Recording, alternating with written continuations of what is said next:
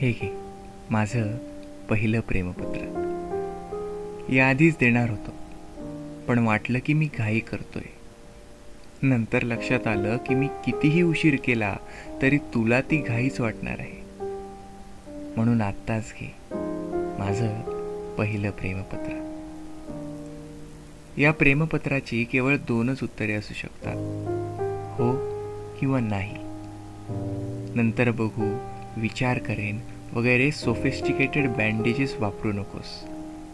Yes or no यापैकीच एक हत्यार वापरण्याची परवानगी देणारं हे घे माझं पहिलं प्रेमपत्र.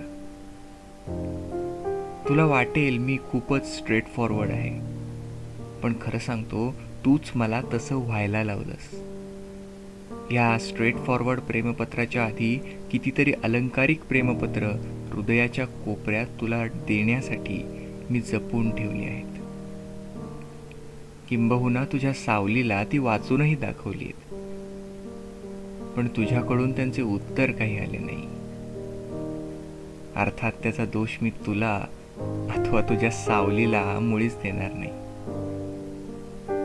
खरं तर प्रेमात दोषारोपाला जागाच नसावी आणि तारुण्याच्या प्रवाहाशेजारी आशेच्या खडकावर बसून शी लव्स मी नॉटचा जयघोष करत पाकळ्या खुडत गुलाबाचा जीव घेणं मला परवडणार नाही.